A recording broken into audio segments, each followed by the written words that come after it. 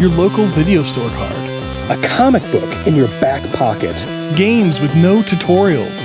Music you had to discover. And drinking water straight from the hose. These are the things us millennials remember fondly.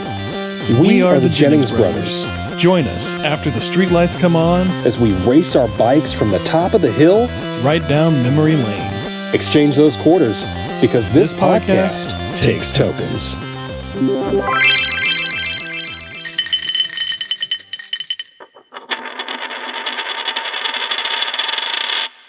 Boom and hello, lovely people. We are back once again. We appreciate you joining us. I'm your co-host Ryan, of course, with my brother Derek. Are you ready for this episode, brother? Because I am. I am. This one's going to be fun.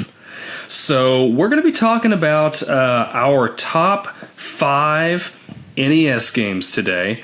Not necessarily the top 5 selling or the, I guess, what do you say? What would be the top 5 like... This is our personal top 5. Yes, there we go. Favorites. That's a more eloquent way to put it. So, yeah. Thank you. That's why I've got you around. So, you know, our lists may not match yours, and that's okay. These are our personal favorites. So, before we get into it, though, how about we run down a brief history of the NES. I love video game history. So, the NES was originally released in Japan as the Famicom, which was the family computer, on July 15th, 1983.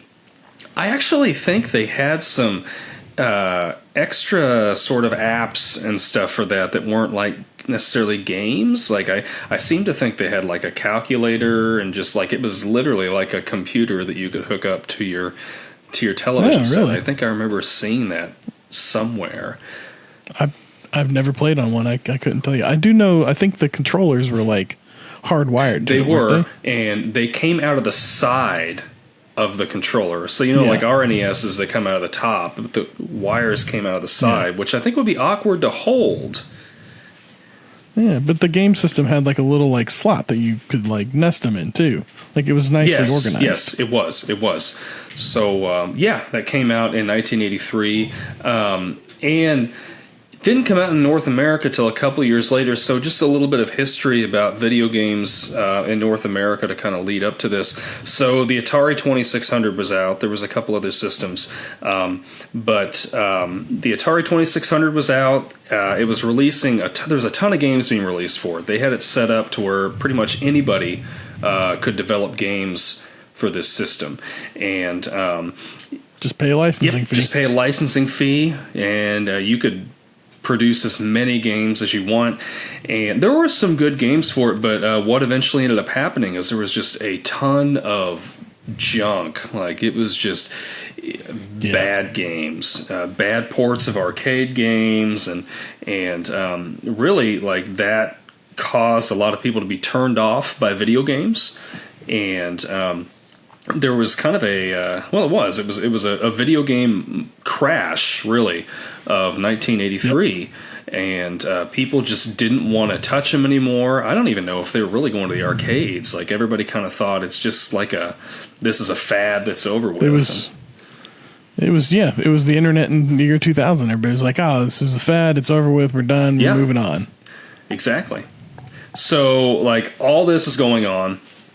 But Nintendo is looking and seeing how well their Famicom is doing in Japan, and they decide like, hey, let's see, we can improve on what the Atari was doing. Like our Famicom is way better than that, and we think that it could sell well in North America. But the first thing we need to do, we need to make it not look like a video game console. Like if you no, go ahead. I'll back you up a little bit because it wasn't necessarily Nintendo in Japan that decided that they were going to just break into this North American market. It was a North American salesman who went to Japan and discovered these Game & Watch games and brought those back with him and was turning those over and selling them back here in America and making a good amount of money off of them. And then he contacted Nintendo because he had tried out their Famicom system, and he brought one back to the States and really loved it, and his family loved it. And he was like, hey, I think this could really sell here in the US. And Nintendo was like, well, no, because we just had the Atari crash. We don't think it's going to sell really well. We're just going to focus, because Nintendo runs a really tight ship. They were like, we're just going to focus on Japan and what works for us. And so then they spun off Nintendo of North America. And that's where we are in your story now. We have Nintendo of North America, ran by this American businessman who's running it under Nintendo license and everything, working with Nintendo. It's a, I guess, a sister company, or offshoot. I don't know how you'd phrase it exactly. I don't remember the terminology they used on it, but they're one gaming company, but they just Nintendo wanted a little separation from North America, and they didn't believe that the Nintendo Famicom system would work as well over here as a game machine. And I think I'm going to step on what you're about to say about the titling of Nintendo and why they called it what they called it. So I'm going to roll it back to you. I'm going to let you touch on that real quick, because that wasn't exactly what I was going to say. But what I was going to say is they did. So if you get on the internet and you look up a picture of the Nintendo Famicom, it looks more like, not necessarily the colors, but the way it's design looks more like the Super Nintendo. It's a top loader, and but they didn't think that something that looked like that would sell over here in North America. So they ended up making it look more like what we have now, which they tried to design it like a VCR almost. So at first glance, it didn't really look like a video game system. But yeah, how did they come up with the name of it? What was the story on that? So they didn't want to call it a Famicom system here in North America. They wanted to get away from video games, and they were essentially trying to sell the video games as not video games. And so they came up with that gray system that we all know and love. They did design it to look similar to a VCR, so that whenever it's on the shelf next to your VCR, it all kind of looks the same, that gray, boxy look. And they left all the colors off of it except for the red for their logo and everything. And then they called it the Nintendo Entertainment System. It's not a video game machine. It is an entertainment system. And the plan, I believe, was to expand on that and offer other things, but obviously the video gaming is what people bought it for, and they saw that and quickly abandoned any plans to expand the system in any way and focused on video gaming. And we have the bust of 1983 leading into the boom of 1986 in video games. Yeah, so when they did that, they initially did a limited release of this just to see how it was going to do, and they did it in New York City. And that was on September 18th, 1985. It ended up selling 90,000 units in New York City, which is pretty good, right? I mean, 90,000 of the 100,000 that they brought to sell. Yep. So that did well. So they decided to do, in February, I think, of 86, they decided to do another limited release in Los Angeles to try to test the waters again. Now, I couldn't find numbers on units sold in LA specifically.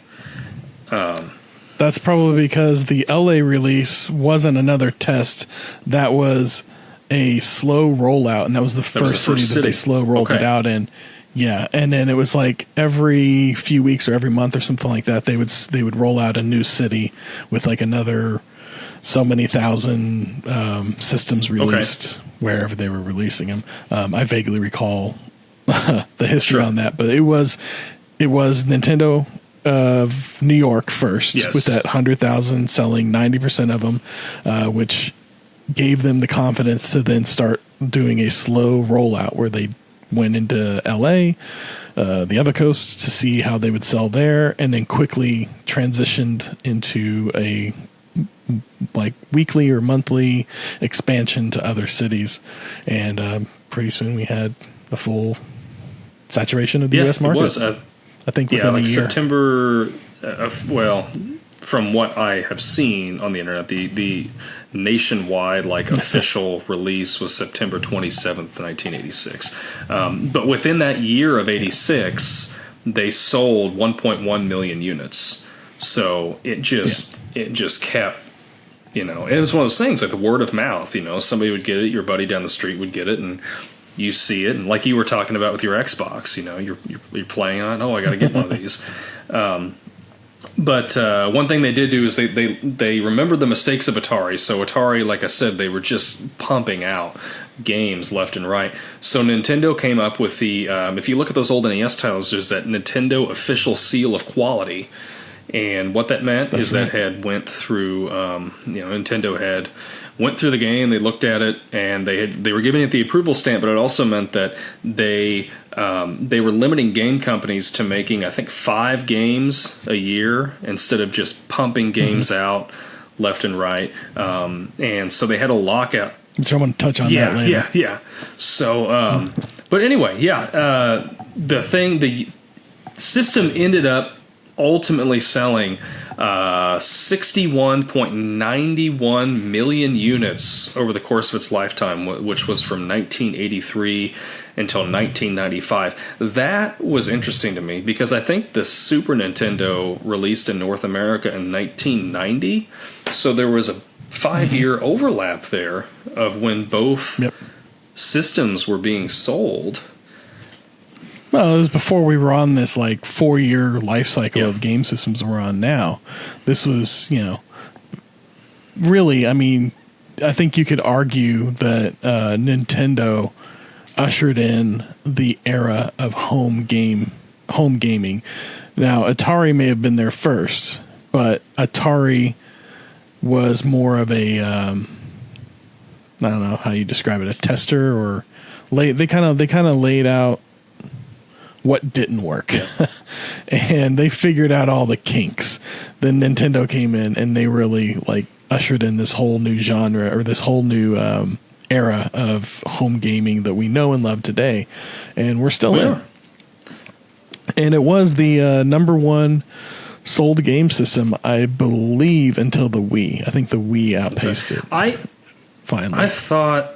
Or maybe I think it was a PlayStation that originally, or a PS2, I think, that outsold it, and then the Wii outsold the PS2. I think it was Nintendo's number one. Sorry, Nintendo's number one console until the Wii, and then it was the number one console until it was either PlayStation 2 or Xbox. I can't remember, but I know eventually PlayStation 2 overtook Xbox, but Xbox may have done it first in the short term, and then PlayStation 2 did it in the long term. I can't remember exactly. I know the PlayStation or Xbox had because Xbox was kind of a slow burn, wasn't it? Yeah. I'm speaking out of turn. Yeah, I don't know exactly, but PlayStation 2, I believe, did become the number one after that. So anyway, this the Nintendo ended up it sold a crazy amount of units, and the total games, this surprised me. I seem to feel like there's more games in this, but from the research I did, there was 1,443 total games that were released this. I'm going to correct you. Okay, please do. I'm going to correct you on because that, yes. I looked.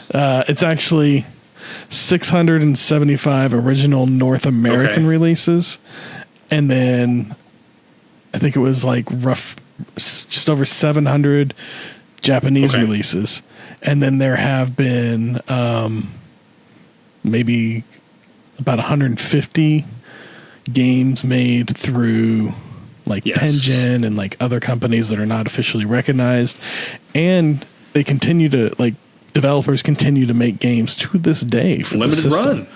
They Limited Run makes games for the system. They do. Yeah. And other small brewers. In fact, you can write. Because this was kind of a thing I wanted to get into at one point, was you can write a Nintendo game. You can download all the software to the computer and write a whole game, make it work, and then send that code off to a company that will then print it on a cartridge for you on a chip and put it in a cartridge that you can load into your Nintendo Phenomenal. and play. And I think that's really cool that to this day, even though they're not being made officially licensed, there are still games being made for the Nintendo. That's just a testament to to how great of a system it is, you know. And absolutely. so yeah, that number must have been like bunching all those together combined. Whatever. Yeah. But so out of that total amount of games, we are going to pick 5 that we think are our absolute favorite games. 20 minutes into the podcast, we're going to pick our top 5. Yes, exactly. We'll give you the top 5 finally. So, so since this is your episode, I'll go first so you can end on yours. I think that sounds great. Let's do that. All right. So my first NES selection, my number 5, I ordered them correctly this time because we're doing top 5 with some honorable mentions. My number 5 is going to be Teenage Mutant Ninja Turtles. Released in 1989, this is a side-scrolling platformer. This game was released by Ultra Games, which this is what I mentioned earlier. I'm going to get into. You mentioned Nintendo limited publishers to 5 releases in a calendar year. Well, a lot of these publishers figured out a way around that by creating sub-publishing companies. Ultra Games was a sub-publishing company of Konami. Oh, so Konami figured out how to release more than just 5 a year. They would create all these little companies on the side, and they would be under their big umbrella company. So Ultra Games released, or Konami, however you want to look at it, released Ninja Turtles in 1989. This is one of the few games that actually saw figures on how many it sold easily. I mean, I'm sure I could look it up and find all the rest of them, but I give up on my Google searches pretty quick. So this one came up at the top. Sold more than 4 million copies, which I thought was pretty impressive. 4 million copies out of, you said, 68 million Nintendos total sold in North America? Oh, in North America. 61? I think it was 61 million. North America might be different. Yeah, so out of 61 million, that means that, like, what? 1 in every 15 homes had this game, probably? Yes. 1 in every 15, maybe 20? So it sounds like 1 in every 4 million copies. That's incredible. That's a lot. That's incredible. Insane and incredible at the same time. So that's what I get. That's right. This game was voted Game of the Year by Nintendo readers. Wow. Nintendo Power holds they held annual voting where you could vote on your favorite game of the year, write-in voting, and that year, gamers unanimously voted that this is the game of the year for Nintendo Power. It is available today if you want to play it on the Nintendo Switch in the TMNT Cowabunga Collection. Yes. I believe that's also available on Xbox and PlayStation 5 as well, I think. Yeah, so you can play it anywhere. And it's got all of I think that collection has 12 or 13 of the original Ninja Turtle games, like all the NES and Super NES ones, I think, and a couple of the arcade ones. But this is on there. And it was actually based on an arcade game, which a lot of these were based on arcade games. In fact, I think most of the ones that I have on my list were based on arcade games. But there was a Nintendo Ninja Turtles arcade game that came out, I think, the year before, and they based this game off of that, although they don't play the same. I don't think they're that similar. This is the game that is famous for the notorious underwater bomb defusal game or level that I don't think anybody ever passed. I know I did not pass it. I died on Donatello every time. So this was my number 5. I loved this game immensely. I don't know if it was because it was Ninja Turtles or it was just a really good game, a lot of fun to play. You had 4 different characters to pick from. They all had different weapon sets. Donatello was obviously the best because he had the bow staff. He had the longest reach on him. But but I had a lot of fun playing this game. What are your thoughts? I remember enjoying this game quite a bit. I remember it being very difficult. But with that being said, I remember most games in this era having a steep difficulty curve. Yes. Like you were saying, that underwater level was I firmly believe the only way that I will ever be able to finish that is with save states with these modern games and just being able to just reload, trial and error, and get through it. But yeah, I remember I loved how it was. And this was kind of a theme in a lot of NES titles. There was like the side-scrolling levels, and then you would come out of the sewers, and you'd be in this top-down overworld, moving around. Donatello, his bow staff was definitely overpowered compared to the other. I think. It was like Raphael, who had like the shortest. It was like 1 pixel of it. He was the worst. A hitbox. You start with him because you know you're going to burn somebody. I remember. Yep, I remember this game. I remember playing it, enjoying it, and not being good at it. But I do remember it, and I did enjoy it. Yeah, all right, good. So number five. Okay, so this was difficult. I was texting you earlier today, and I was like, I'm having a hard time figuring out number 5 between some. And then you said that's what the honorable mentions are for. And I wanted to text back, but I got busy. Right. I know, but I don't know which one is honorable mention worthy and which one is top 5 worthy. So I'll go into the ones I didn't pick later when we get to the honorable mentions. But number 5. Star Tropics, released December 1st, 1990. Have you played this?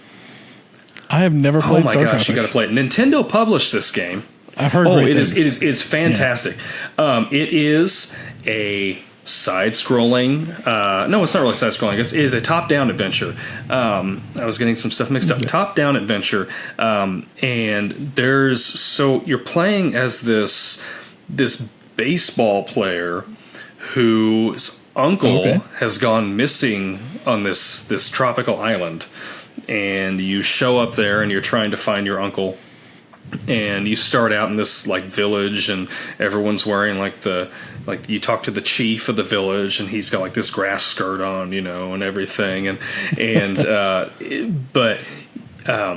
so it's kind of got the overworld like TMNT had, where you're walking around the island from one point to another, and it's kind of a higher view.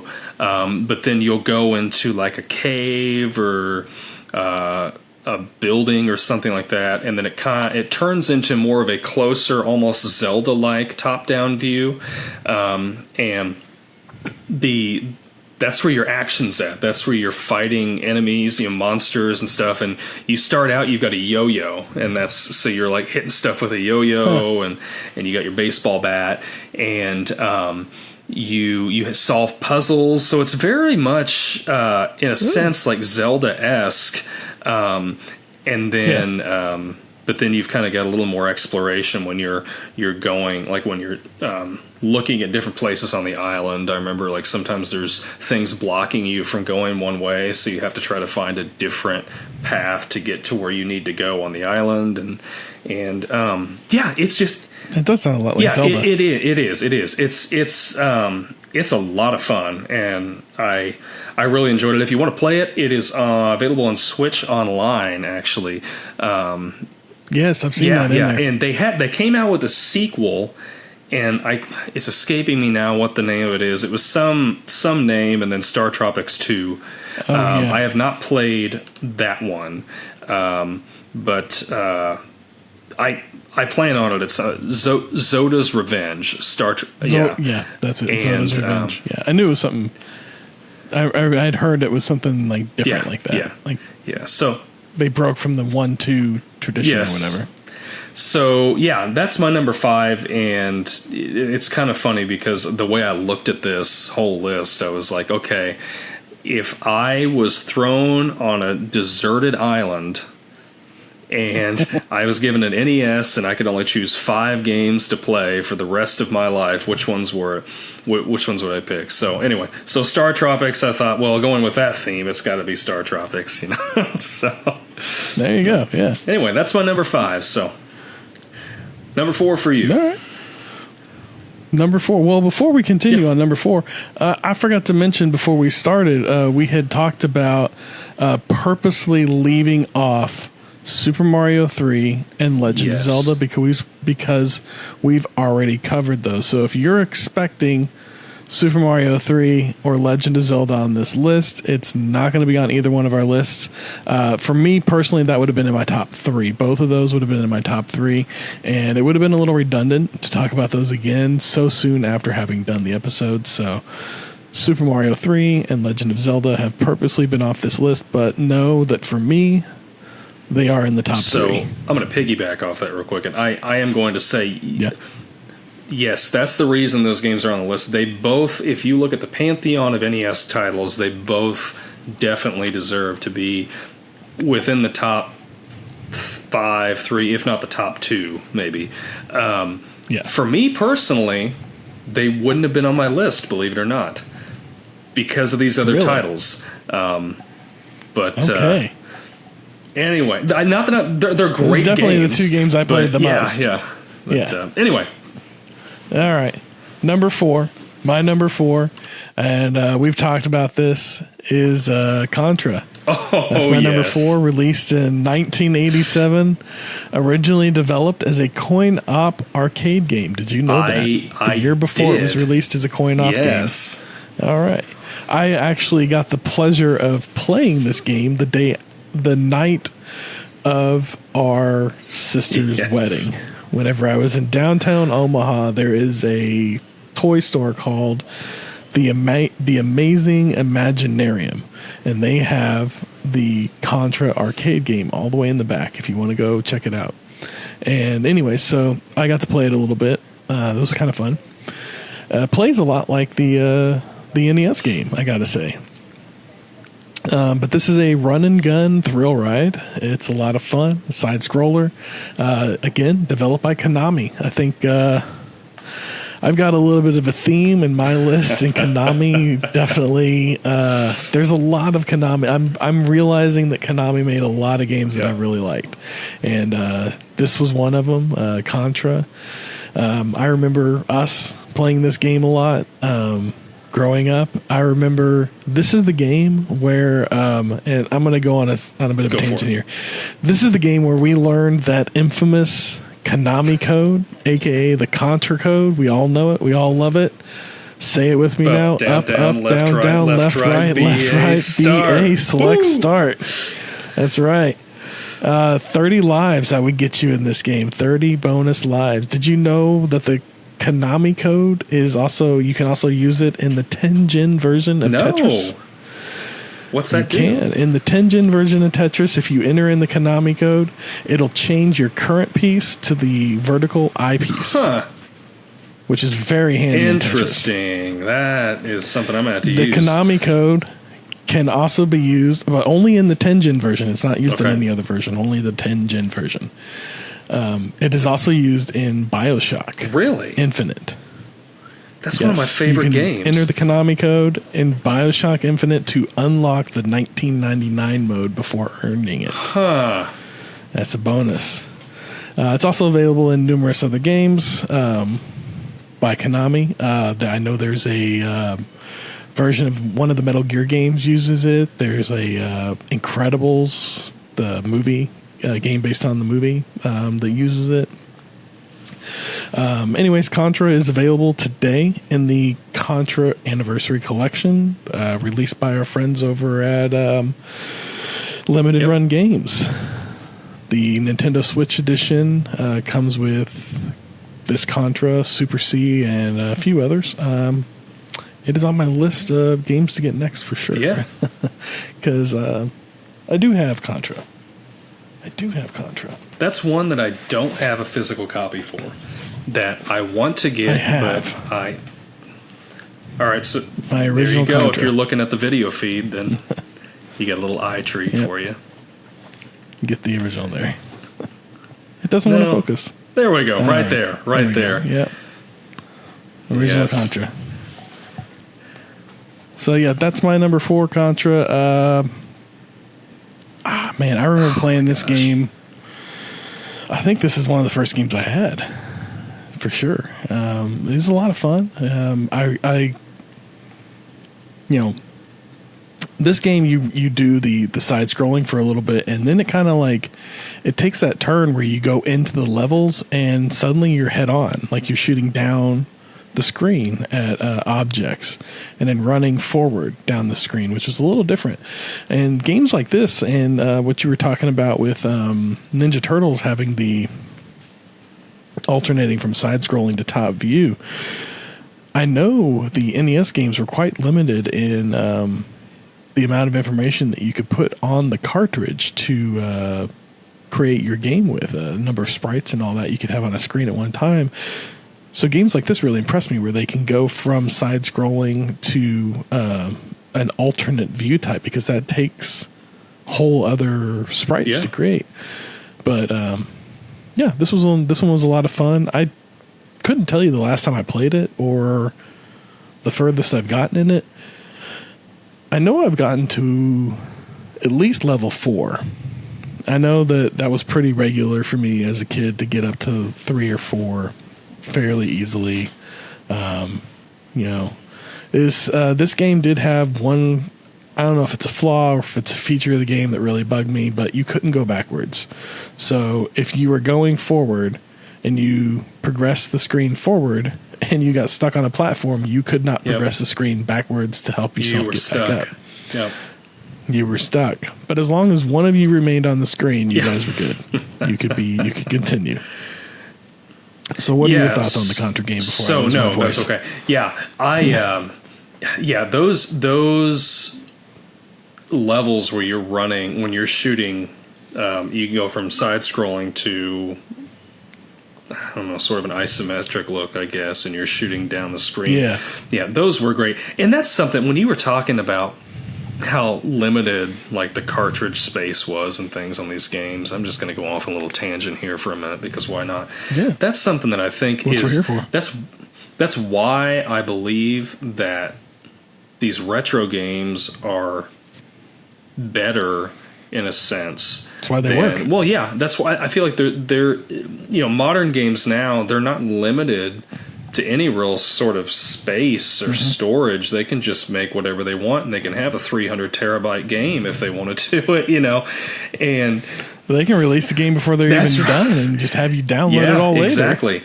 And these games, like they were very limited on what they were able to do, so they had to figure out how to make everything work. And I feel like there was a lot more creativity in games back then than there is now. I know that's a different conversation, but I don't know.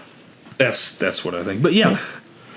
You were forced to get it right the first time you developed the game. There were no updates. You could not change it once it goes out. And the Konami Code is actually a result of that.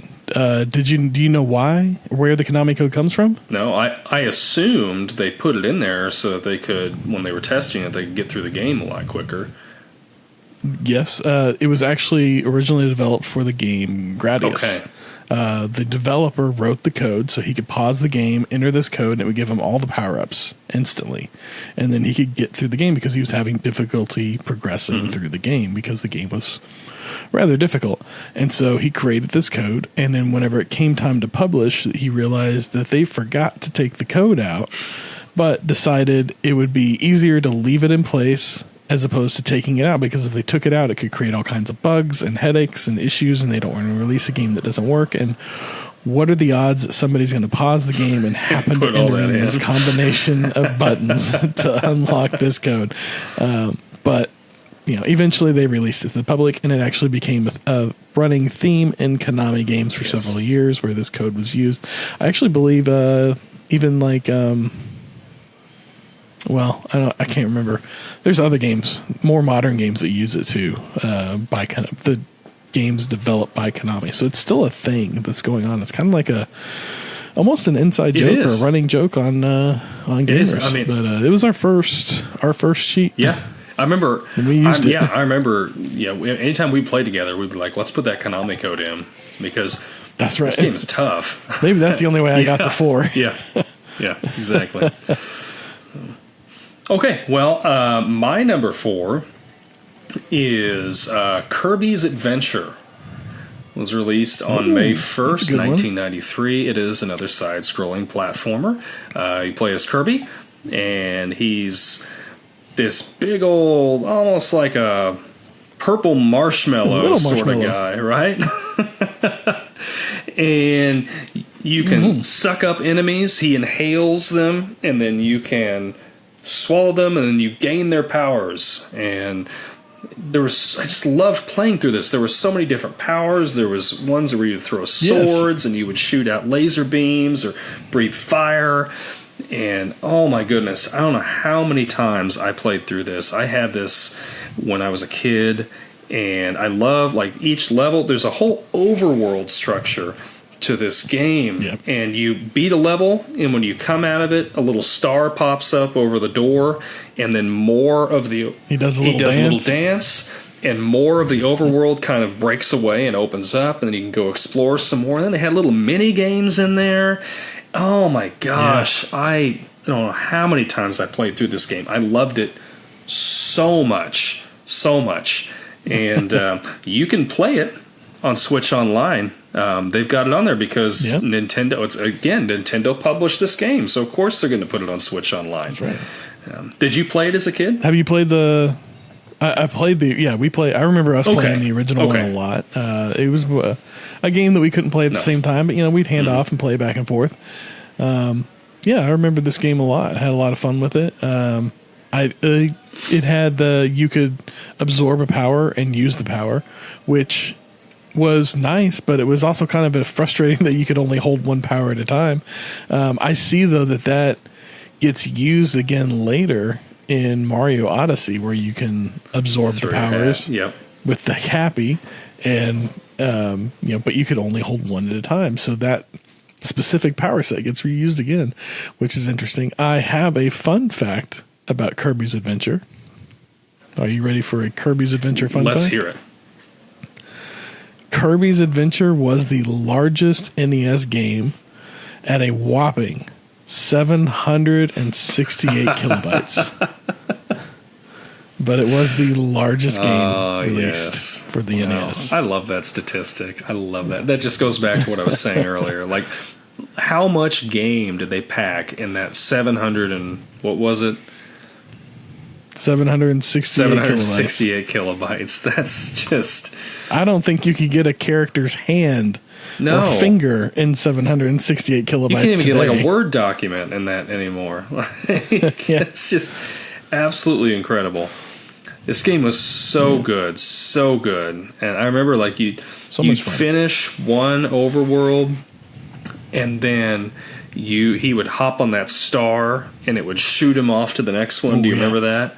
Oh my gosh. Yeah. It was so much fun. I love this game so much.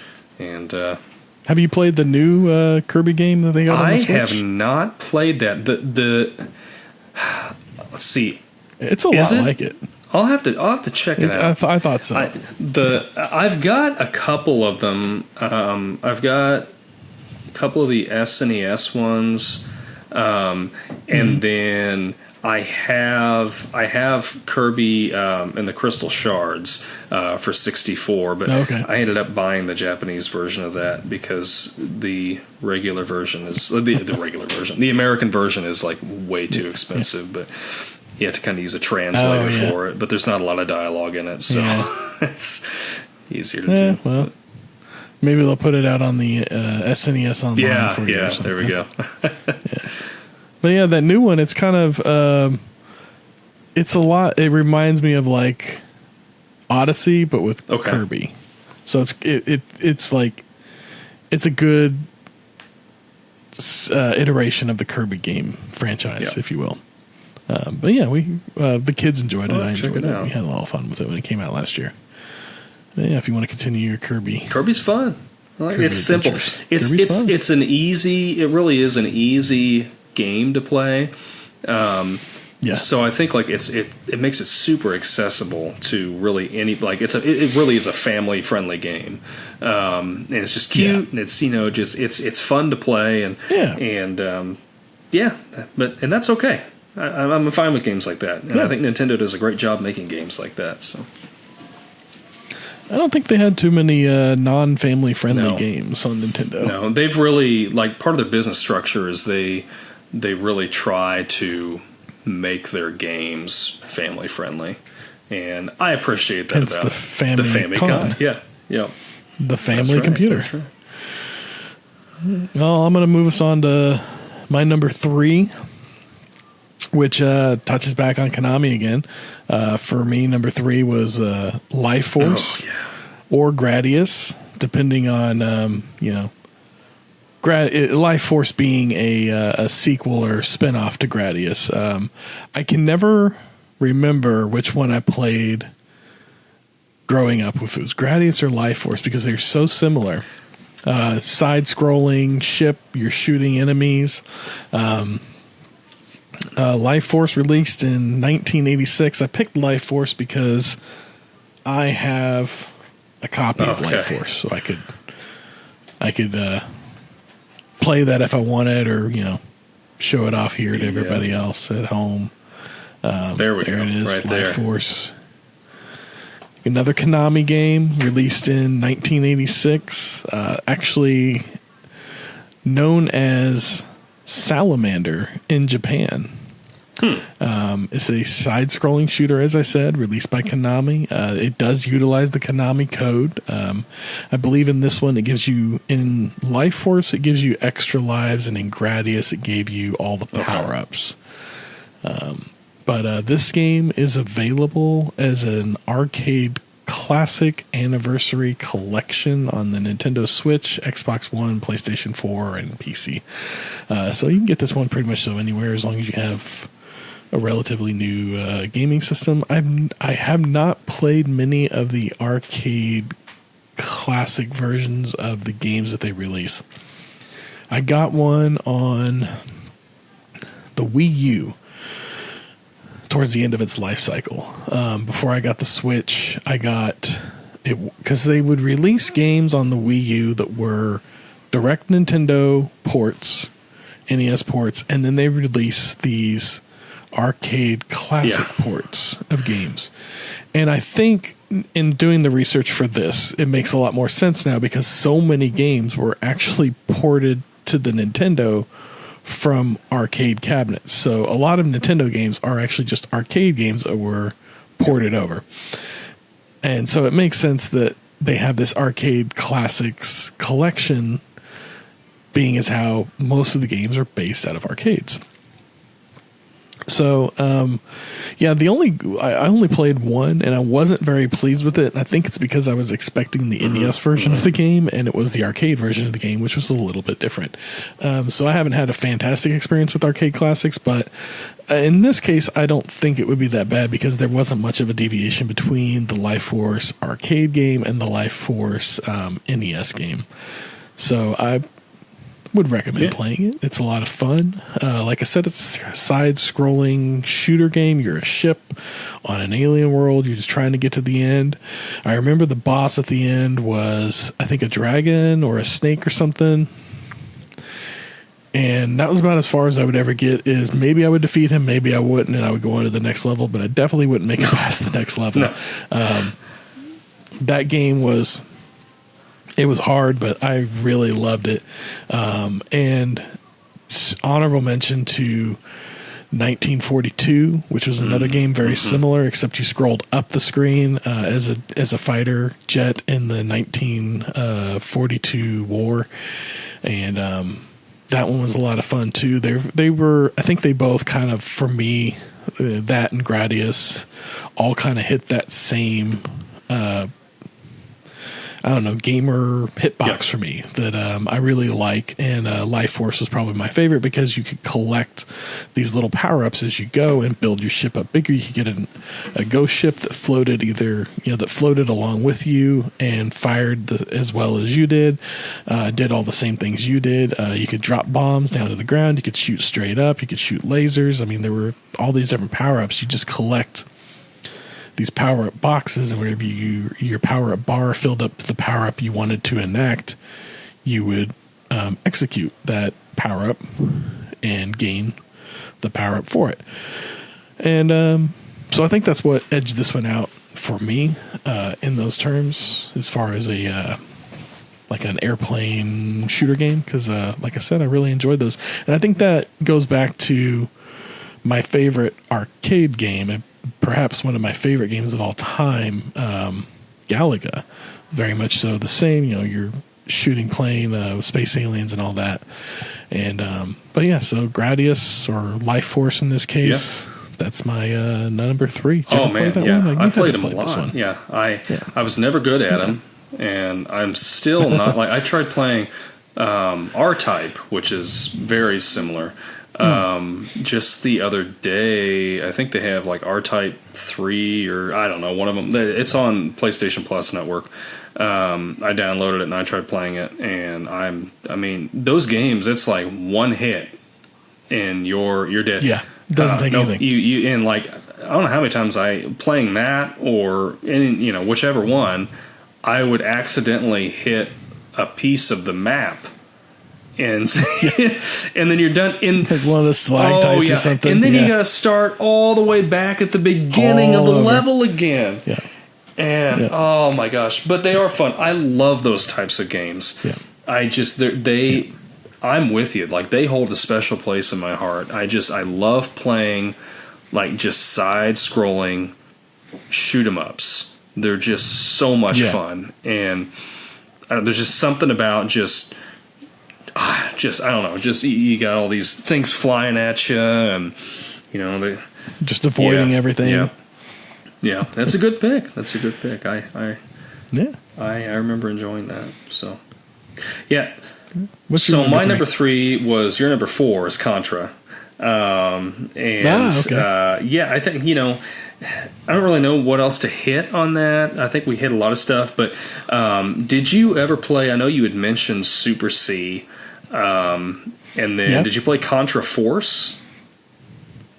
Actually, I have not played any of them past Contra. Okay. So I was looking at getting Super C. I was doing some NES game cart window shopping on eBay this week as we were talking about this, and I got very close to getting a copy of Super C, but I got outbid, so that one will still wait on me. Super C is not... none of these Contra games are very cheap either, so you just got to kind of have to, try to hit the right price on them.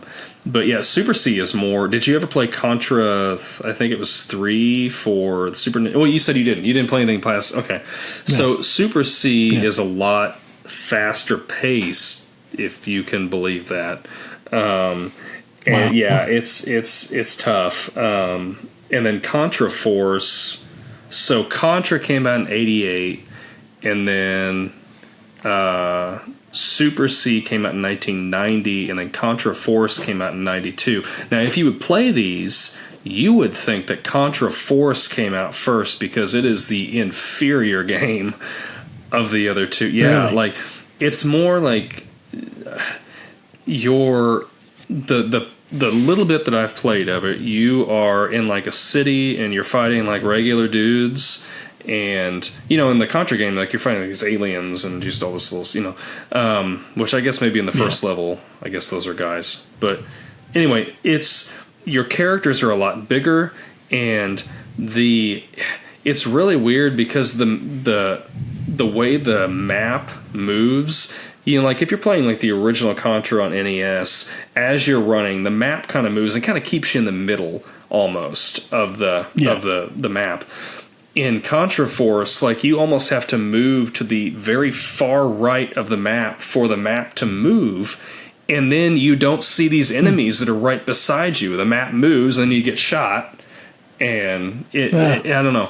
I just felt like it was quite the inferior game of the three. But if you get a chance to play it, like if you get the Contra pack or Contra Anniversary Collection, I'm sure it's on there. It's worth a shot. Yeah. It's worth the frustration to just try this game out. To experience this game. Yeah. But yeah, number 3 for me was Contra. You're number 4, and there's an excellent reason that it's on both of our lists. So that's right. So what is your number 2? So for me, number 2 is Mega Man 2. Yeah. Released in 1988. This is my first non-Konami game. This is a Capcom game. And arguably the best Mega Man game they've released. Probably, I mean, it's my number 2, so it's probably one of the best games ever. Even though they have not made a movie of this game. Could they do a movie? Cartoon series have been made, but they have not done it. I feel like they could do a movie. I mean, we've done movie. We made a good Mario movie finally. We've got we've had like Resident Evil got a movie. I mean, come on, we could do. If Resident Evil got a movie, if Resident Evil's gotten 7 movies, we could do a Mega Man movie. Listen up, Hollywood. This is the second most successful Mega Man game in the Mega Man library.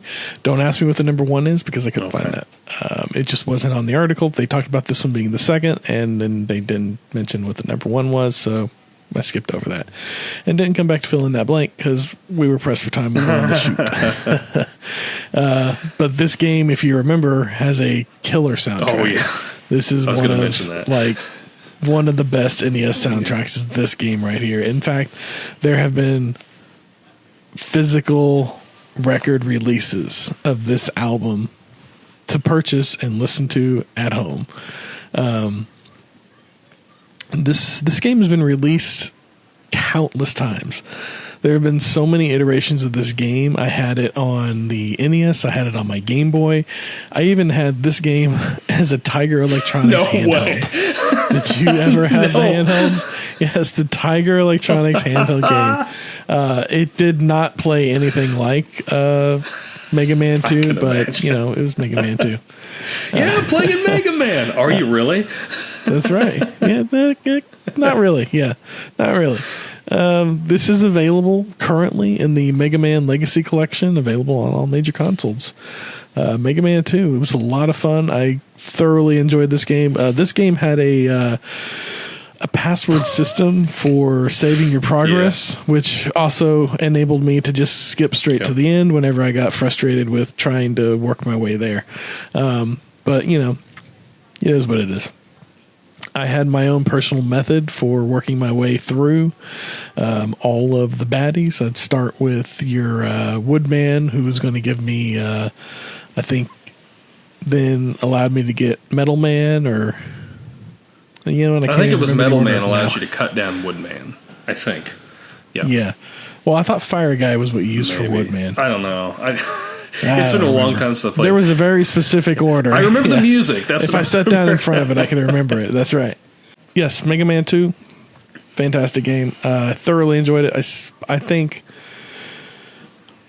I've played this game recently. This, Zelda, the Mario games, those are games that I've played, and my number 1 are games that I've played more recently, probably within the last couple of years, if not the last year, at least a couple of times.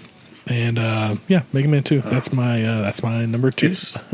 I enjoyed the first one, not as much. I enjoyed the third one, not as much. I feel like the further away from 2 I got, the less I liked the Mega Man games. But 2 was definitely my favorite, and I thoroughly enjoyed it. You should try out. Have you tried out the X series, Mega Man X? Those are really good. Like the Super Nintendo, I think it has X and X2, maybe even X3. And then the PlayStation has like X 4 through 7 or something, and you you can play as I'm forgetting my Mega Man lore, but I think it's X. I think that's another Mega Man character, but he's this. You've probably seen him. He's like this red looking guy, and he's got a sword, and you can play as him instead of Mega Man, and you're like just hitting guys with swords and stuff. And that one, those are really fun. But do you remember the box art for Mega Man 1? Oh, yeah. Yeah. With that guy that's like... That guy on the front with the gun. Yeah. That was they were expecting a different game. You know, that's whenever the games took 3 years to develop. If you haven't seen this, if you're out there listening and you haven't seen this, look up the Mega Man 1 box art, and you will see this thing come up, and it is horrendous. Like...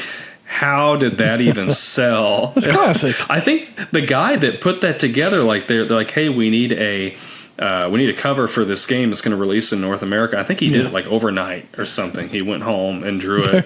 They told him he's got a gun for a hand. He's like, all right, he's got a gun in the hand. No, he's got a gun for his hand. Sure, but he's got a gun in his hand. But yeah, the Mega Man 2 was so good. And I'm like you, I can't remember the order now, but. I do. It's Bubble Man first. You take on Bubble Man first, which lets you take down Metal Man, who lets you take down Wood Man, who lets you take down Wind Man, who lets you take down the Fire Guy, and then you go after the Freeze Time Quick Guy and the Bomber Guy. Okay. Yeah. That was the order I was in. So I'm curious, because this was when this came out, when you were playing this as a kid, pre-internet, how did you figure out the passwords? Were they published in Nintendo Power, or did you know somebody that... I think they did get published in Nintendo Power at some point, but that was one of those things where I had a couple of spiral-bound notebooks that I kept next to my Nintendo, and I would take notes. Like, I had a list of all of the different game, like in Mario 3, the... matching card game. I had a drawn out list of all those different boards and what they looked like. I think there were 12 different boards you could run into. And based off of those 12 different boards, I figured out that if you looked at these two specific spots, you could determine which board you were on and solve it the first time every time. And I would also, because every time you beat one of the Mega Man levels, it would give you that code to get back to that spot. So I'd jot those down as well. And I had other gaming notes in there too from a couple other games, but those were the two primary ones that I used it for, was marking down those specific things. And any game that had a save state code, I would write down those codes in there. But yeah, we take that to school and you compare notes with somebody else who had been there. Oh, I've been to Willie and here's my code for it. So you copy that over real quick between periods, or on the playground or on the bus or whatever, and then go home and put that in and be like, it's missing one of them, or there's one of them off and it doesn't work, or maybe it would work. But I think I got them out of the Nintendo Power eventually, is where they all came out of, or Game Informer, one of those other gaming magazines might have put it out, because there weren't too many of them back in the day. I know it was Nintendo Power, and I don't know that there were. I mean, until Game Informer, I can't really think of any other gaming magazines. I think there was Tips and Tricks was another one that I remember. Tips and Tricks, that's I think the those one. Are the two. Because they had all the codes in the background. So yeah, it was a Tips and Tricks magazine. That was where I got them from. You're right. But yeah, that was I fun. remember I remember going to school because I had. It was Mortal Kombat that I had, it was Mortal Kombat 1 or 2, one of them that I had for Sega. And I always wanted to know what the fatalities were. And some kid from school, wrote down all the fatalities. And I was a little bit leery. I'm like, I doubt these are going to work. And I went home, and they did. And every single one worked. I'm like, how does this kid know every fatality? And he was the coolest kid in school, I'm sure. Yeah. So I had that. I had that beside my Sega. Whenever I would play it, I had all that in there. But yeah, because we went home that one Christmas, and I got a Super Nintendo, and you got a Sega from from our Aunt Kathy and Linda, and then Jack got one of them. I think he got a Sega as well. He got an Super SNES. Nintendo. Yeah, he got a Super Nintendo. He got an SNES. Yeah. So then between the two of us, that next summer we were rolling it. We had a Super Nintendo and a Sega and a Nintendo. Man, that was a good summer. It was. Yeah. All right. So what's my your number two is Castlevania 3: Dracula's Curse. Released September 1st, 1990. Published by, of course, our favorite Konami. I love all of the Castlevania titles. I've played through... I knew you were going to have a Castlevania I played through almost all of them. But this one of the original ones is my favorite because it had 4 different endings, which at the time, that's nuts for a game of that time to have 4 different endings. It had branching paths. You could play. You played as 4 different characters. So you played as like Trevor Belmont. He was, the Belmonts. If you know anything about Castlevania lore, like they're the family that is constantly at war with Dracula. And based on the look of your face, I'm assuming that's the worst character. No. I liked Belmont, but so you had him. You had, I think her name was Sifa. She was a witch. I'm trying to remember. It's been probably a year or two since I played this because I played it when I've got the Castlevania collection, limited run. Yep. So yeah, you can get this. You can get this on any of the major consoles right now. You can buy the physical version, or you can even download the digital version of the Castlevania Anniversary Collection, and this is on there. I can't remember what exactly her special ability was. Belmont had the whip and he had the range, but then there was a pirate that you could play as. Grant was his name, and he could climb on like the ceiling. And then Alucard, which is Dracula backwards. If you played Symphony of the Night for PlayStation 1, you play as Alucard. You play as Alucard in this one. I remember he could turn into a bat and fly across like big gaps. Oh my gosh, this game was, and the graphics were really good for the time, for being, an NES title. They were really good. And oh my gosh, this game was just so much fun. The branching paths are really what, like the first time I played it, I'm like, like you get to a point and it's like you can either go up the stairs or down the stairs. Which one do you want to do? I'm like, I guess I'll choose, whichever one I chose, and I realized I couldn't go back because the door locks behind you. You're like, oh, okay. But then I remember they had that classic level where you're climbing in the clock tower and you're having to jump on the pendulum. There's different pendulums swinging back and forth, and gosh, I love this game. It was so good. Did you ever play it? No, I don't think I've ever played this. I don't remember. So I played a Castlevania game growing up on the NES, and I remember I found it immensely frustrating and gave up on it fairly quick, and I think that always stuck with me, and I never came back to him. So I don't remember which one I played, but I did play one of them and I did not like it too much, and that just kind of soured me on the whole franchise. But I have heard that this is a really great game. The Castlevania in general is a great franchise with a few exceptions. And it's one of those, as an adult, I do want to go back and play and give a shot. And I think they're on the, are they on the Switch online? No, not on Switch Online, but you can download or buy the game. And it's only like $20, I think. Like the physical one's probably more expensive, but... Irony of irony, I have Simon's Quest and one of the Castlevania games over in my collection. I can't see which one from here, but I do have a couple, but I haven't played them. They just came with the set that I got from Aunt Kathy. I would suggest, if you play through them, I would strongly suggest to play through this Konami collection, because they're difficult games, like, especially the first, and I think maybe Simon's Quest. When you get hit, you get knocked back, and like so you can fall into chasms and stuff really easily.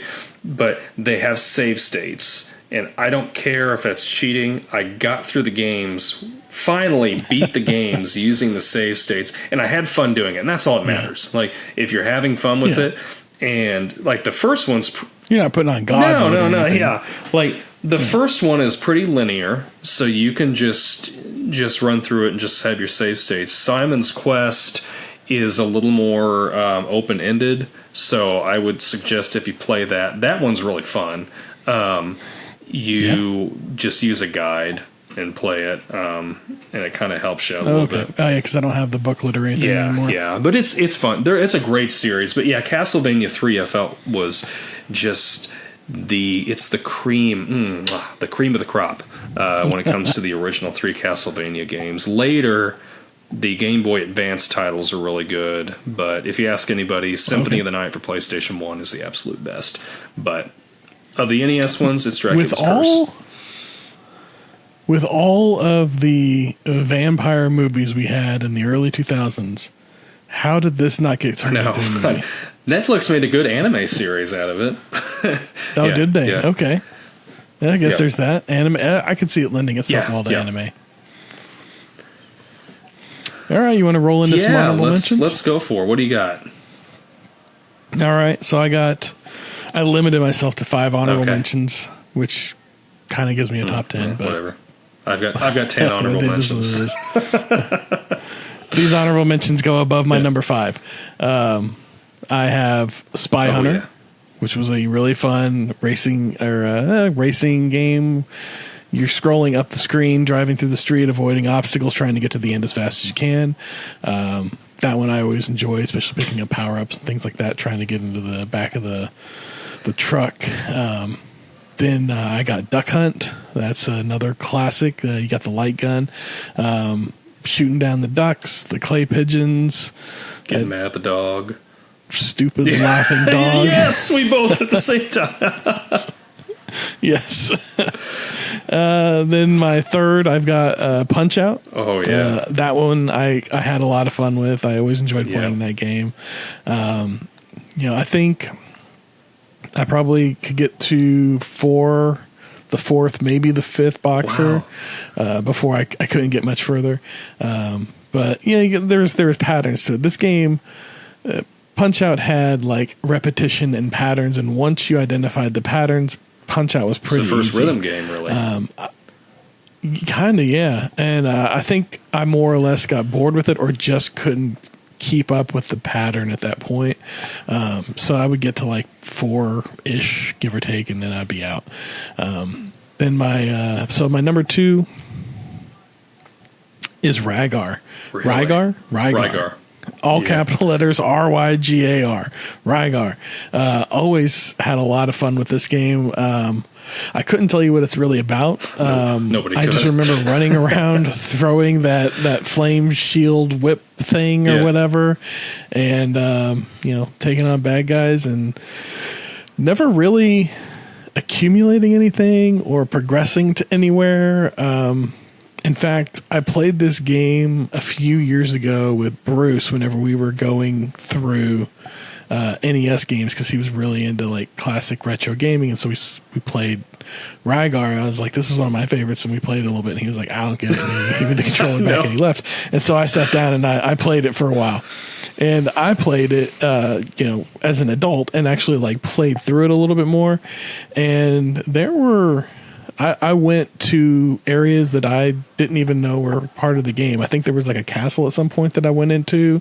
It was a different experience, and I kind of want to go back and play it again and kind of figure out what this game is about, because honestly I couldn't tell you what it's about. It's just this guy, like a big like Hercules looking dude in a loincloth running around with a shield and I think a flame whip or something like that, bashing some bad guys. That was my number 2 honorable mention. Number 1 honorable mention is Snake, Rattle, and Roll. Now, this game was released on the... so Snake, Rattle, and Roll, Punch Out, and Rygar are all games you can play on the Nintendo NES Online Collection. Snake, Rattle, and Roll got released just recently, which is what made me think of it. this game was always a lot of fun. I enjoyed it. You're a snake. You go around. I mean, think the old Nokia snake game where you're the little snake and you go around the maze, you bite the dot, and you get a little bit bigger. It's kind of that, but in an isometric, as close to 3D as Nintendo could get view. So you're this little round snake, and I think you've got like 3 or 4 beads behind you, and there's this level that you work your way through, avoiding things that hurt you, and finding pellet dispensers to eat the pellets to get yourself to go longer so that you can be up to a certain length, and then all the while working your way through this level. It's kind of like that Toad game that they released recently on the Nintendo Switch, where you're Toad and you're kind of like puzzle solving. It's kind of like that. So yeah, you're kind of doing some puzzle solving. You're working your way through this level, trying to get bigger so you can get to the end. I think 10 or 12 was how many dots long you wanted to be at the end for the maximum payout. And then you go down the hole and on to the next level. Anyways, this one was a lot of fun. I always enjoyed it. Snake Run Roll. I remember this game in particular, the NES Advantage, that giant pad controller with the joystick and the 2 big buttons and the turbo mode. This game was perfect for that. And I loved playing it with that. Those are my honorable mentions. What you got? Well, okay, so I have the Mega Man series. I just put the series on there, Mega Man series. A little cheating there, but yeah. Okay. Dr. Mario, which I put Dr. Mario on there because as a kid, I really didn't like that game. I didn't understand it. I couldn't get into it. I recently purchased this off eBay for like $1.50, and it's everywhere. Yeah. And I have been having the best time playing this. The music is so good, and just I think it's on the Switch Online. It is on Switch Online. Yep. Yeah. It's a fun little puzzle game, and it's sort of like Tetris, but it's like Tetris. Yeah. It's Tetris, but with colors instead of shapes. And any game, in my opinion, is better if you add Mario to it. So there you go. That's right. And give him a PhD. Yeah, exactly. Like I said, I did more than 5 here, so just bear with me. Dragon Warrior, I put on there. Dragon Warrior was the first RPG role-playing game that I ever played.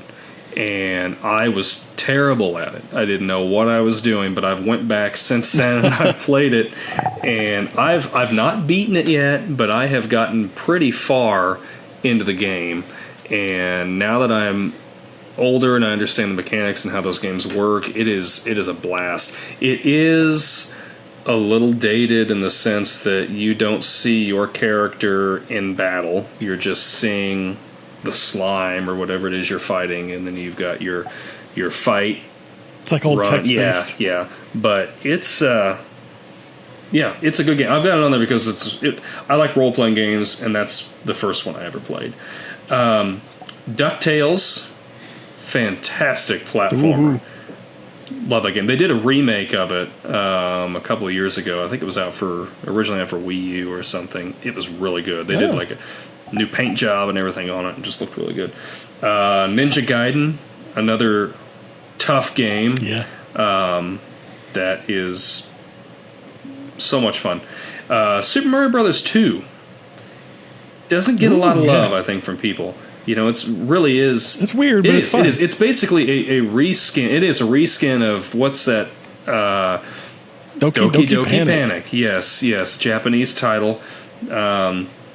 They just needed they wanted to put out a Mario game, and they had a Mario game in Japan, but they felt like it was going to be or a Mario 2 game in Japan. They felt like it was going to be way too hard, so they reskinned Doki Doki Panic. If you're on Switch Online and you see Mario the Lost Levels, that's actually Mario 2. That's it. And it is tough as nails. It is so hard. Yeah. But yeah, I love just the weirdness of Super Mario Brothers 2. And I love that you can play as Peach. It's a fever dream. Peach is my favorite Mario character to play as. She floats and she doesn't. She's just fantastic. I love Peach. Castlevania 2, Simon's Quest. because it's like I was telling you before. Because you had 3 already. You've got that, and it's more opened up, and you've got it plays more like a Zelda game. Like you find different items, and you've got kind of castles that you have to go to, and there's a boss in each one, and it's a lot of fun. Zelda 2, The Adventure of Link was on there. I actually like this game more than the original Legend of Zelda. Really? I do. Yeah. Wow. That's a controversial opinion. I know it is. There. But I like how the dungeons are laid out, and you know it's up and down, and it's more open than just the top down view. And I don't know. You know, we talked about this on Zelda 1 and how I keep the Nintendo Zelda Game & Watch here at my desk, and I pick it up and I try and play Zelda 2 all the time. I still can't get through whatever this first castle is. I can't figure this game out. But I refuse to go online and look up tutorials or anything. I want to figure this game out on my own, but I feel like I need the manual or something that came with the game. Do that. Look up the manual.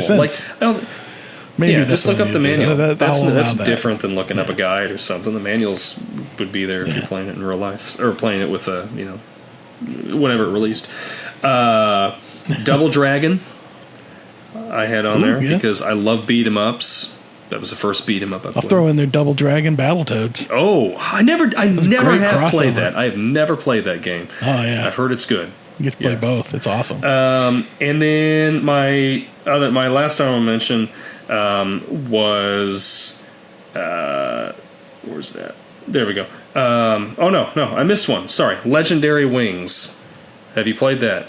Oh, it's a Capcom game. I've heard good things. It starts out like it's a mix between like a top-down shooter, like you were talking about with 1942. And then you will change and go into levels, and it becomes a side-scrolling shooter in certain levels, and you collect power-ups, and it's a really good shooter. Capcom released it, and it's really. I owned that one. I don't know whatever happened to it. Well, I probably sold it when I was younger.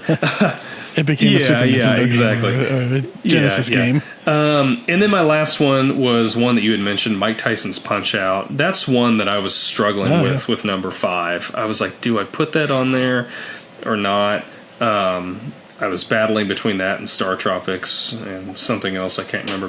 But I had, and I still do. I have Mike Tyson's Punch-Out. When I rebought that game, I made it a point to look for Mike Tyson's Punch-Out. The Mike Tyson because Punch-Out, originally that's what it was, and then I think it was in 1990 they dropped it and just changed it to Punch-Out because of, I think, the licensing expired or something. Which because I have it, and I was looking through my games. I can't find my Punch-Out. I don't know where it's at. I think I'm missing. I think I have some games somewhere in a box that I'm missing, because there was a couple of games like that as we're talking old video games, and I'm like, I know I have that game somewhere, and I can't. Well, and that's. But I'm when I don't know, when you guys were up here a while back, I was showing Bruce my Punch-Out socks, and I think it's got Mike Tyson on, but. I asked him if he'd played Punch-Out, and he's like, no, I don't think I have. And it surprised me a lot. I'm like, Derek, you haven't shown him Punch-Out. Maybe that's because you can't find the game. Maybe, but, well, we haven't played much of the old classic NES stuff. I haven't had it hooked up for a while. But yeah, I really like it. I like that. I mean, the end, you fight Mike Tyson, and I've never beaten him. I have gotten to Mike Tyson. I have got to him, but I have never been able to beat him. And... it's just... I don't think anybody's beaten Mike Tyson. No. So there is they did this until COVID. There was a YouTube channel called like Speedrunners USA or something like that. And they would host at like a hotel somewhere. I don't know where it was at.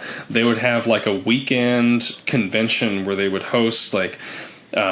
people you could sign up and do speed running for games and stuff, and there's like they'll record it and then they'll have people in the background of the audience watching it. And I've always wanted to like go to this just to see these people play. They'll speed run games and then they do it for charity, and so they'll stream it online and stuff, and then people can donate and things like that. But there was a guy they had on there a couple years ago. He played through the entire game of Punch-Out blindfolded and beat it. Yes. What? Oh yeah, it's a rhythm game. Yeah. Yep, and it was insane. I think that is still up there on YouTube, so you'll have to check that out sometime. That is an insane thing to watch. But yeah, people would be on there. They'd be playing like different games with their feet, and just doing different stuff. It's. I've always wanted to go to that, but I think after COVID they stopped doing it. But if they ever started up again, I'd like to go just to that convention, just to go watch. I think it'd be fun to do. But yeah, that rounds out my honorable mentions. So that leaves us with our number one picks. And what have you got? Number one picks. Before we run down I'm going to give you a few fun facts. Few Nintendo fun facts. I'm going to rapid fire them at you, kind of. Do you know what the last NES game released was? No. Official NES game released? December 10th, 1994, Wario Woods was the last official Nintendo release for the NES system. Okay, I've heard of that. Yeah. Super Mario Brothers is the number one selling game with 40 million worldwide copies. The original Super Mario Brothers? The original Super Mario Brothers, not the Duck Hunt Super Mario, is the original Super Mario. Okay. The longest game to complete at 68 hours. Do you want to take a guess at what the longest game to play would be at 68 hours? Final Fantasy. Final Fantasy, that's a good guess. That was on the list. Final Fantasy 2 was on the list, if I recall, and it was like 5 or 4, something like that. No, this is going to shock you. Techno Super Bowl. No way! It would take you a little over 68 hours to complete a full regular season and postseason of Techno Super Bowl. Oh my gosh. 68 hours. That's on Switch Online. I think I'm going to have to... Challenge accepted. Yeah. Challenge accepted. All right. Originally, the NES in North America was released in 1985, like you said. Do you know what that NES was packaged with? I used to know this. I don't remember what it is. So it was originally released with the Super Mario Brothers Duck Hunt game, that 2-for-1 game that we all know and love, a light gun, a rare second controller. Not since the original NES have we seen games packaged with a second controller. The original NES was packaged with a second controller, the light gun, and the Super Mario Duck Hunt game, all for the low price of, any guesses? $499.99. $149.99. Okay. $149.99 okay. for the whole thing. Wow, that's good. Yeah, that's good. That's a good little bit. So that's my my fun facts for Nintendo. I like it. So my number one NES game, and you touched on this in your honorable mentions. You want to care to take a guess at what my number one is? It was in your honorable mentions. Let me look back through. I'll give you that. Dragon Warrior. I had to keep my mouth shut. It's Dragon Warrior. I knew That's it. right. I knew it. Knew it. Dragon Warrior number one. This was released in 1989, North America. This one has kind of a funny release. So it was Dragon Warrior was released in 1989 in North America. However, it was released earlier in Japan under the name Dragon Quest. And that's actually what the series is originally called, is Dragon Quest. They released it in North America as Dragon Warrior, putting a more aggressive art on the box here, with the dragon and the warrior doing battle. Very fantasy. Yes. Very cool. It's one of the things I love about the game. And one of the things that I don't like about Dragon Quest is it's a little more cutesy. But in the game, you really can't. There's no difference. So yeah, the North America release was in 1989. This followed the Japanese release, and so like I said, the original release in Japan was called Dragon Quest. 3 years later, it was released here in North America and called Dragon Warrior. These games were out of sync. So you had Dragon Warrior 1 through 4 that were released here in North America, staggered about 2 to 3 years after the Dragon Quest release in Japan, which was basically the same game. They just brought it over to North America and gave it the Dragon Warrior logo. And for whatever reason, it was released about a year or 2 or 3 years after the Dragon Quest version in Japan. But after the initial Nintendo run, whenever they went over to the Super Nintendo, they kind of got on the same page and started releasing under the Dragon Quest branding or moniker. They re-released Dragon Warrior 1 through 3 as Dragon Quest on the Super Nintendo in North America as one game, and all was right in the Dragon world. This game was released by Enix, which later on became Square Enix, and was a precursor to the Final Fantasy series. I've played Final Fantasy on the NES. I used to have the original Final Fantasy, and I've played Dragon Warrior on the NES. I really enjoyed Dragon Warrior, and I really enjoyed Final Fantasy. Dragon Warrior is just... You're just the one guy. You're not building a party, so you don't have to keep up with as much. It's a little simpler. I think it's a great entry point for somebody who wants to do one of these. What are they called? These where you have like a set of characters and you're building your power sets. I can't think of the genre of this style of game off the top of my head. But yeah, so this was also one of the first games to utilize the battery for save states in NES games. I got my first copy of this game in the mail. I remember very vividly, we were living in Tyler. I got a brown envelope, opened it up, and there was a brand new sealed copy of Dragon Warrior in there. Aunt Kathy had sent it out to me. I opened it up, popped it in, and fell in love immediately, and I've been playing this game ever since. This game is available on the Nintendo Switch. There is as Dragon Quest, there is a 1, 2, 3, and I think 4 Dragon Quest package available. It is also available on Android and iOS. I've played 1, 2, and part of 3 on my phone while my son was taking Taekwondo. I downloaded these games when he started, and I just played through them while he was doing Taekwondo. And whenever he ran out of Taekwondo, I was halfway through Dragon Quest 3 and just haven't gone back to it yet. So, but yeah, they were a lot of fun, and honestly, it translated pretty well to the phone, because it's only your directional stick and your A and B button. They do that on screen, and then they put the little square box in the middle. It works really great on a phone because, like you said, it's a turn-based battle strategy game. I think that's what they're called. It's a turn-based battle strategy game. And like I said, that works really good on the phone because you can take your time. Yeah. And if you need to, you can just wait, close the screen, come back to it whenever. Yep.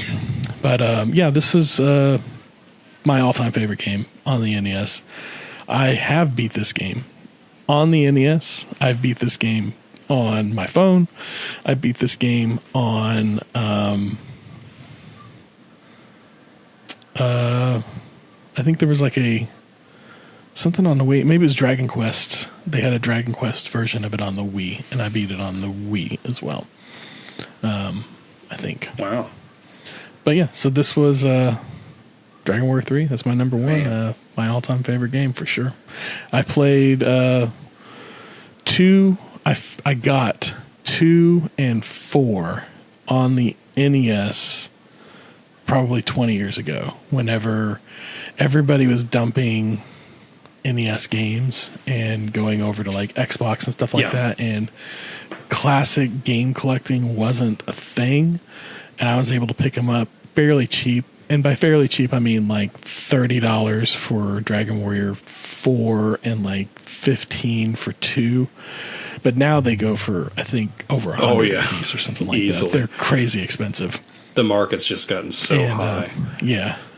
I had those and Final Fantasy 1 and 3 and really enjoyed those on the NES. This whole RPG, turn-based, tactical battle strategy game or whatever you want to call it, those were really fun. Like I said, the Final Fantasy games are very similar. There's a lot more to the Final Fantasy games, and I think that's what I liked about the Dragon Warrior game is it was a lot simpler. And but I sold those all off a few years later and regret it to this day. Yep. So what's your number one? Or what's your thoughts on Dragon Warrior? Yeah, did you cover it already? I mean, we pretty much covered everything between that and the honorable mentions. But yeah, it really is. I think like you said, it's a good gateway game if you're wanting to get into turn-based RPGs. Because you're only having to handle that one character. You're not having to go around and the thing is, like, I think the thing that I didn't understand as a kid that made it easier for me to play as I got older is that there is a little bit of grinding involved with it. Where you need to go and you need to level your character up before you go to the next area, because otherwise you're going to be underleveled and you're not going to be able to progress. And as a kid, I just thought, okay, I'm just going to go here, go here, go here. Why am I losing? Why am I dying all the time? It's because you're not. These games, you have to have patience and take your time with them and just really absorb everything that you're. Got to kind of go out, play till your life gets depleted, and then come back in and build back up and go out, and you go out a little bit further each time. And there's definitely like a radius around your town as far as like how far you can get before you start hitting like the stronger monsters, and you kind of start learning what your boundaries are as you play it a little bit more. Like, okay, I can go about this far before I start running into too heavy of a character, and then maybe you'll push your, like, the town is right there, maybe I'll push it a little bit further and I'll just get to the next town, and you just run for it, and sometimes you get lucky and sometimes you don't. Sometimes you find a scorpion. Yeah. That was one of the things that so these old school RPGs, they have the random battles, and that's I think Chrono Trigger was one of the first ones. It was another Square game that ended up having. They're big into these. Yeah, they are. Yeah. Chrono Trigger ended up being one of the first ones that had, like, you could see your enemies. So I don't know. It doesn't make it as good for grinding, I guess, if you're trying to level up your character, because you kind of have a finite set of enemies that you're fighting. But anyway, Dragon Warrior, that's a good pick. Yeah, thank you. So my number one is something I am sure you have never played. Okay. But it came out May 19th, 1989. I want to ask you if you can guess it, but I really don't think you're going to be able to. If I've never played it? I know. If you think I've never played it, is it Friday the 13th? No. Do you have that over there? Are you looking at that? I have that over here. Oh, my gosh. Is it Ultra? No. Shadowgate. No. With Shadowgate, I wanted to put on my honorable mention. Oh, Shadowgate's was good. a lot of fun. Yeah, Shadowgate is good. Yeah. Baseball Stars. What you got? Baseball Stars. Yeah, I would have never guessed that. You have to play Baseball Stars at some point. So I might have that one over there. I have a couple of I pick up like the cheap dollar. Oh yeah. Sports games because just to round it out. So I might have this it over one. there. It's a little more sought after. If you look online, you're going to be paying about $15-$20 for it. Okay. But it was published by SNK. It was originally an arcade title, and like a lot of these they moved it over to the NES. And this thing has like you were saying with Tecmo Bowl, this thing has a full-on, you can build your own season, you can make your own roster. It's got the teams. I think there's 7 teams, and I'm gonna read them to you just because they're. I think I may have played. Have you played it? I think I know I played a baseball one on the NES, and I remember the screen, and you got the guy standing in the middle of the screen with the diamond coming out in front of him, and then the pitcher, like could be player 2, would throw the ball, and then your player 1, the batter, and you got to swing at the right time to hit the ball. Yeah. So I may have played it, or if they're all like that. I don't know. Nintendo had baseball. I think it was literally just called baseball, and then Tengen did an RBI baseball. I'm sure there's a couple other baseball games, but this one had you could steal bases. You could, like, if a ball's been hit, you could end up like running an extra base, or you could have your character run backwards back to the base. Yeah. But so here is, I know you're looking for it over there. See if you've got. No, I can't help it. We'll have to play it sometime. This is so good. Here's the teams. This is how like generic they made these team names, and I love it. I love this game for it. So the American Dreams, and that was like your more powerful team. So it had names like Babe and Hank were like names, so you got like Babe Ruth and Hank. Like after old baseball players? Yeah. Those, because they had all these player names, and then they had the Brave Warriors, the Japan Robins, the World Powers. Now we're getting into the really good ones. Ghastly Monsters was one of them, and the players' names were like Zombie, Freddy, Jason. I think there's a Chucky in there. I can see why you liked it. Then they had the pink team was the Lovely Ladies, and the pitchers were they threw like softball players. They were all women, and then the last team was the SNK Crushers, which blew my mind. It was the worst team named after the publisher. Why make it the worst the worst team? Wouldn't that be your...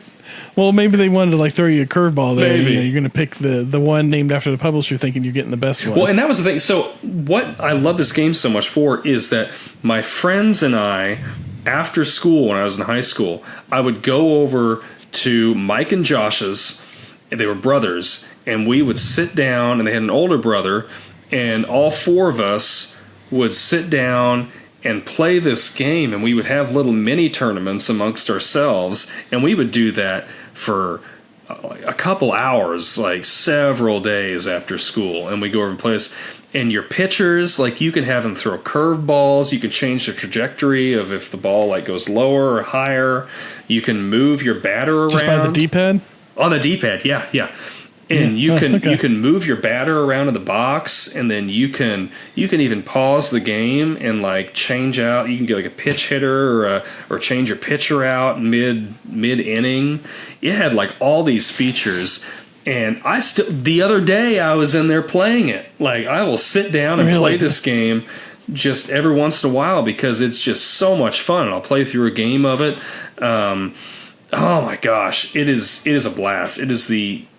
If I had an NES and someone was like, you can only play one game on this thing, you can only own one game, you could bet your bottom dollar it's going to be Baseball Stars. It's such a good game. Stars. And I am really not a huge sports game guy, but man, this game it's so good. I don't think it's available on anything, though. I don't think that they ever re-released it.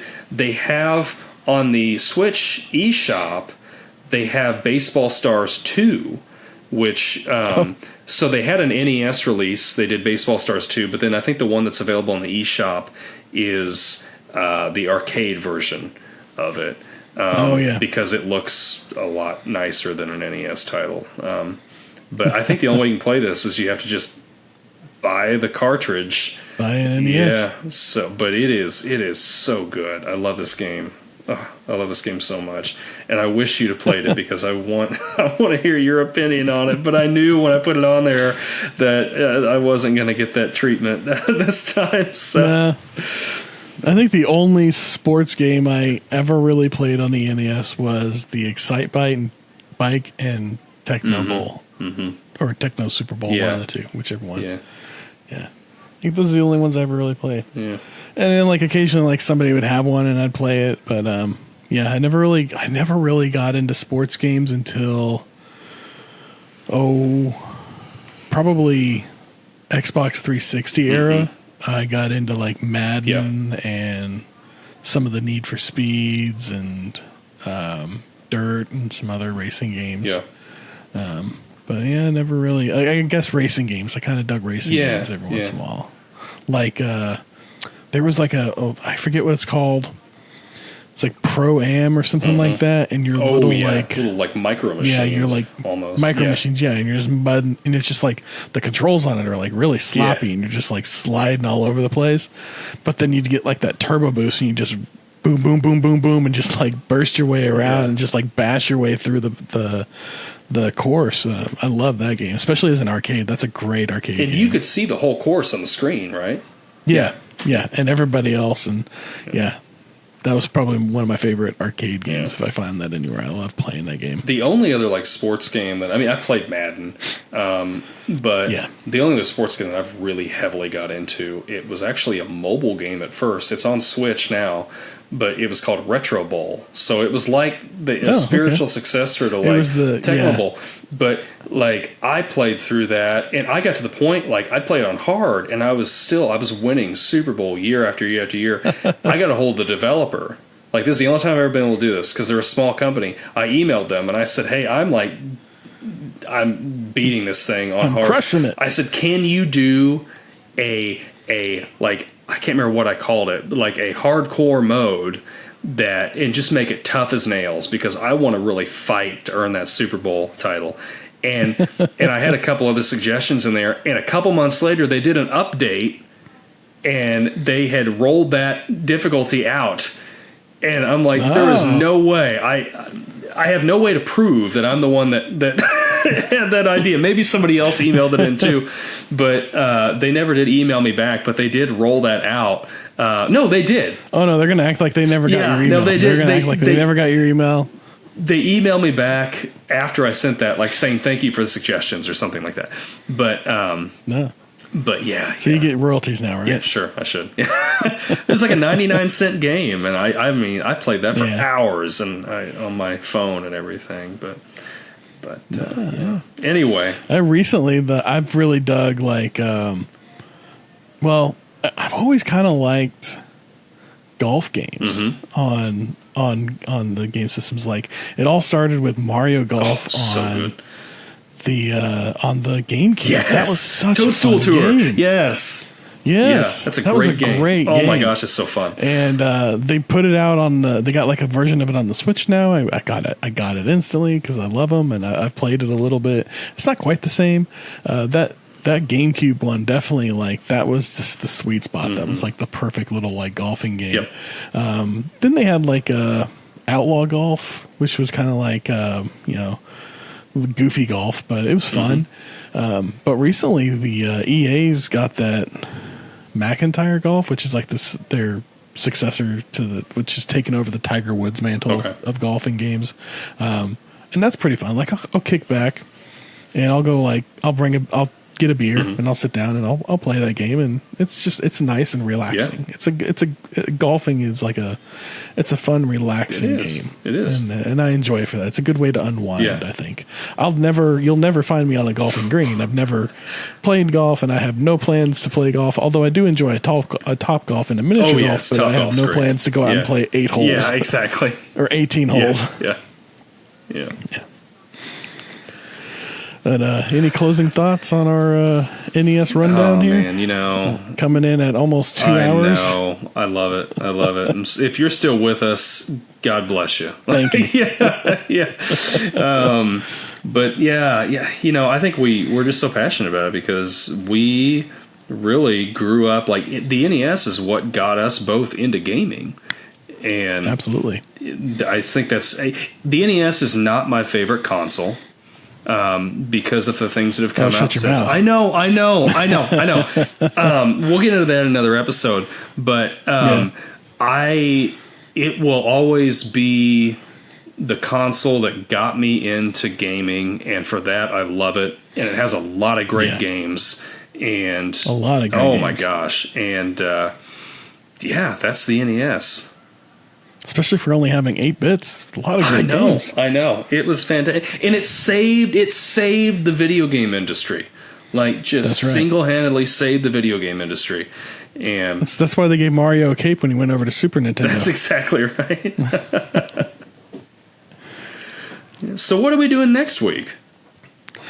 Well, next week is going to be... it was going to be an NES title. I was thinking it should be my number one. Like, we'll do Dragon Warrior. And I've been looking over our list here and kind of like him and Han and really trying to think of like what the best game would be to do. And I think it's going to have to be Dragon Warrior. Okay. Like, let's go back. Let's do Dragon Warrior. Give you a chance to really play it out and see if you can, how far you can get. If you can beat the game, that would be fantastic. Okay. But we'll see how far you can get on it. We'll come back and we'll talk more on Dragon Warrior next week. And we're going to talk about Dragon Warrior as well as the whole Dragon Quest as a whole, the saga, all of it. We'll get into it a lot more. And but I plan on going back and playing the original Dragon Warrior, and maybe playing a little bit of one of the recent ones as well. Okay. One of the recent Dragon Quests. So feel free to play along however you like, because like I said, I plan to discuss Dragon Quest as a series, even though I don't have a great deal of experience outside of one or two of the more recent ones and these early Dragon Warrior games. I plan to talk about it like I do. Okay. Yeah, I can talk to you about the original Dragon Warrior, but I'll do the same. I'll jump on and see if I can't play at least an hour or something of a new one and kind of see. Yeah. There's a group of people that really enjoy the Dragon Quest games. And a large group of people. They're still going to this day. There's a reason they sell well. So, let's check them out. All right. Well, we've reached another checkpoint, my friends. Remember, sharing is caring. Reviews help a lot. And get those tokens ready. Until next time. See ya.